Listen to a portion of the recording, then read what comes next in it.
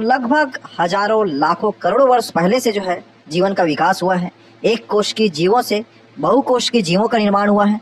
उसी प्रकार से प्रारंभ में हम देखते हैं तो 2000 लाख से लेकर के 600 लाख वर्ष पहले क्या हुआ था। 2000 लाख वर्ष से लेकर के 600 लाख वर्ष पहले पृथ्वी पर डायनासोर का राज होता था। तो डायनासोर जो है 2000 लाख से लेकर के 600 लाख वर्ष पहले जो है पृथ्वी पर निवास करते थे और उनकी लंबाई जो है लगभग 50 सेंटीमीटर, मतलब आधा मीटर से लेकर के 40 मीटर तक का जो है वो लंबे होते थे भाई। तो आप सभी को मालूम है डायनासोर जो है आजकल आप सभी वीडियो में देखते होंगे, टीवी में देखने को आपको मिलता होगा, है ना। तो वो इतने बड़े और विशालकाय जीव रहते थे, लेकिन कुछ ऐसा परिवर्तन हुआ पृथ्वी पर, कुछ ऐसा घटना घटी जिससे जो है अपने आप को वो अनुकूल नहीं रख पाए और धीरे धीरे जो है उनकी प्रजाति जो है वो समाप्त हो गई। उसी समय बताया जाता है एक गिंको नामक वृक्ष है। गिंको नामक वृक्ष वो डायनासोर के समय का वृक्ष है दोस्तों। तो डायनासोर जिस समय रहते थे ना, उसी समय ये गिंको नामक वृक्ष भी जो है रहता था। परंतु क्या हुआ था, हिरोशिमा नागासाकी में जो है विश्व युद्ध चल रहा था। उस समय द्वितीय विश्व युद्ध के समय हिरोशिमा पर जो है एटम बम गिरा दिया गया था अमेरिका के द्वारा। जापान के जो शहर है हिरोशिमा, उसमें एटम बम गिरा दिया गया था और ये पूरा ध्वस्त हो गया था, जल करके वो एरिया पूरा राख हो गया था। और ध्वस्त होने के बाद कई सालों बाद धीरे धीरे पनपना प्रारंभ किया। तो गिंको नामक वृक्ष ही जो है वहां पहला पनपा है। किसके बाद? हिरोशिमा में एटम बम गिराने के बाद। अब आइए देखते हैं अगला।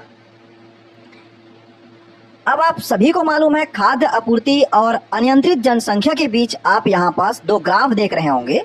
तो ये दोनों ग्राफ जो है आपको क्या देखने को मिलता है इसमें, तो इसमें आप देखेंगे तो ग्राफ अगर ए को कहें हम या इसको ग्राफ बी कहें, तो आप सभी को देखने को मिल रहा होगा ग्राफ ए में समय के साथ खाद्य संसाधन की मात्रा। खाद्य संसाधन मतलब जो व्यक्ति हैं, जो जनसंख्या है, उन सभी के लिए खाने पीने की वस्तुओं का संसाधन, है ना।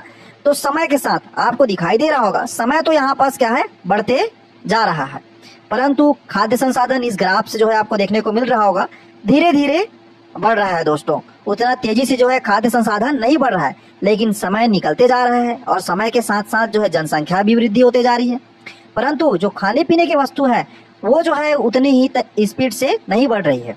तो अनियंत्रित जनसंख्या वृद्धि, अनियंत्रित रूप से जनसंख्या वृद्धि जो है हमारे संसार में या पृथ्वी पे हो रही है, इसमें आपको देखने को मिलेगा समय के साथ देख पा रहे होंगे और जनसंख्या की वृद्धि हो रही है।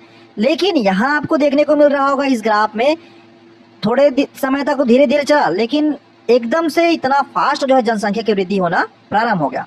मतलब कम समय में ही जनसंख्या इतनी ज्यादा बढ़ गया कि आप ये दोनों ग्राफ को अगर आप रिलेट करके पढ़ना चाहोगे तो आपको समझ आ जाएगा जनसंख्या की वृद्धि तो बहुत अनियंत्रित तरीके से हो रही है, परंतु जो खाद्य संसाधन है, जो भोजन सामग्री है, उसकी वृद्धि जो है बहुत अनियंत्रित तरीके से या जल्दी जल्दी जो है उनकी वृद्धि नहीं हो रही है। तो एक समय ऐसा आएगा कि खाद्य संसाधन की मात्रा जो है कम हो जाएगी और लोगों के पास खाने के लिए जो है वस्तुएं, सामान जो है वो कम पड़ जाएगी। अब आइए देखते हैं इस चैप्टर का मेन पॉइंट और था सजाती लक्षण, है ना। तो सजाती लक्षण को कहा जाता है होमोलोगस कैरेक्टर्स। तो सजाती लक्षण का परिभाषा क्या होता है, तो सजाती लक्षण ऐसे लक्षण हैं जिनकी उत्पत्ति एक जैसी जबकि कार्य अलग अलग होते हैं। तो सजाती लक्षण ऐसे अंग होते हैं जिनकी उत्पत्ति जो है एक जैसे होती है, परंतु कार्य जो होता है ना वो अलग अलग होता है। तो आइए देखते हैं पौधों में क्या है इनके उदाहरण। तो पौधों में आप देखने को मिलेगा प्रतान। प्रतान क्या होता है, तो आप सभी ने कद्दू या लौकी के जो पौधा होता है, बेला जिसको कहा जाता है, उसमें आपको देखने को मिला होगा इस प्रकार की संरचना जो है आपको देखने को मिलता है ना उस पौधे में, इसी को कहा जाता है प्रतान।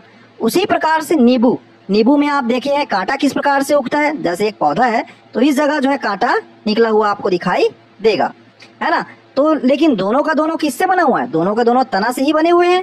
इसी वजह से ये सजाती लक्षण के अंतर्गत आते हैं, क्योंकि दोनों की उत्पत्ति एक जैसी।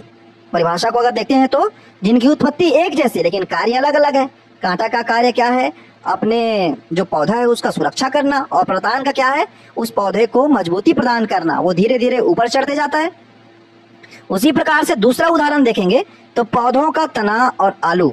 आप सभी को मालूम है सभी पौधों में तना होती है और तना के माध्यम से पौधा जो है आगे बढ़ता है, परंतु आलू जो है ना, आलू भी एक प्रकार का तना ही है। तो आलू के पौधा में आप देखे होंगे आलू को निकाल करके, तो जो आलू है उसी से जड़ भी निकलता है और ऊपर जो है पौधे या पत्तियां भी ऊपर निकलती है। तो आलू जो है क्या है, एक तना है। परंतु पौधे का तना और आलू का तना दोनों एक तना से ही बना हुआ है, परंतु दोनों का जो है आप देखेंगे कार्य जो है क्या होता है, अलग अलग होता है। इसी प्रकार से आइए देखते हैं जंतुओं में लक्षण। तो जंतु में जो है कुछ समजाति लक्षण किस प्रकार से होंगे, तो कुत्ते का टांग और भेड़ का टांग, तो ये दोनों के दोनों एक जैसे ही हमको प्रतीत होते हैं, परंतु कुत्ता जितना तेज भाग सकता है उतना तेज भेड़ जो है नहीं भाग सकता, आप सभी को मालूम है। इस हिसाब से इनका कार्य क्या हो गया, अलग अलग हो गया। उसी प्रकार से मनुष्य का हाथ और छछूंदर का हाथ, तो छछूंदर होता है छोटा चूहा, आपको देखने को मिलता होगा। तो मनुष्य का हाथ जो है पकड़ने के लिए काम आता है, तो हमारे हाथ भी उसी प्रकार बना हुआ है जिस प्रकार छछूंदर का हाथ बना रहता है मांसपेशी से, परंतु हमारा हाथ जिस हिसाब से पकड़ता है उस हिसाब से छछूंदर का हाथ जो है नहीं पकड़ पाता है ना। तो ये दोनों जो है सजाती लक्षण है। अब देखते हैं समृद्धि लक्षण। तो समृद्धि लक्षण क्या होते हैं, तो समृद्धि लक्षण भी जो है सजाती लक्षण के ही समान है, परंतु इनमें एक विपरीत ये होती है, समृद्धि ऐसे होते हैं जिनकी उत्पत्ति अलग अलग प्रकार से हुई होती है। तो अलग अलग प्रकार की चीजों से जिनकी उत्पत्ति हुई रहेगी, परंतु उनके कार्य जो है एक जैसे होते हैं। तो कार्य एक जैसे होने का मतलब आप देखेंगे पक्षी का पंख और तितली का पंख। तो पक्षी का पंख जो होता है ना, वो आप देखेंगे मांसपेशी और ऊपर में जो है पक्षी का पंख छोटा छोटा पंखुड़ी से बना हुआ रहता है ना, उसमें फर लगा हुआ रहते हैं।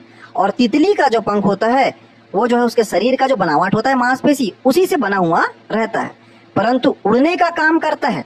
पक्षी का पंख और तितली का पंख दोनों उड़ने का काम करता है ना। और समृद्धि लक्षण जो है एनालॉगस कैरेक्टर जिसे कहते हैं, ये इसका परिभाषा भी है। समृद्धि अंग ऐसे जिनकी उत्पत्ति अलग अलग प्रकार से हुई होती है, परंतु उनके कार्य जो है एक जैसे होते हैं। उसी प्रकार से चमगादड़ के पंख और पक्षी के पंख, तो चमगादड़ के पंख भी पूर्ण रूप से मांसपेशियों से बना हुआ रहता है, लेकिन पक्षी के पंख पूर्ण रूप से मांसपेशी से नहीं बना रहता, ये पंखुड़ी जो है इसमें लगा हुआ रहता है। इस प्रकार से आप देखते होंगे कि चमगादड़ भी अपने पंख से उड़ सकता है और पक्षी भी अपने पंख से उड़ सकता है। तो आज के लिए इतना ही। अगले क्लास में जो है इस चैप्टर से अगले का टॉपिक को जो है हम कवर करेंगे।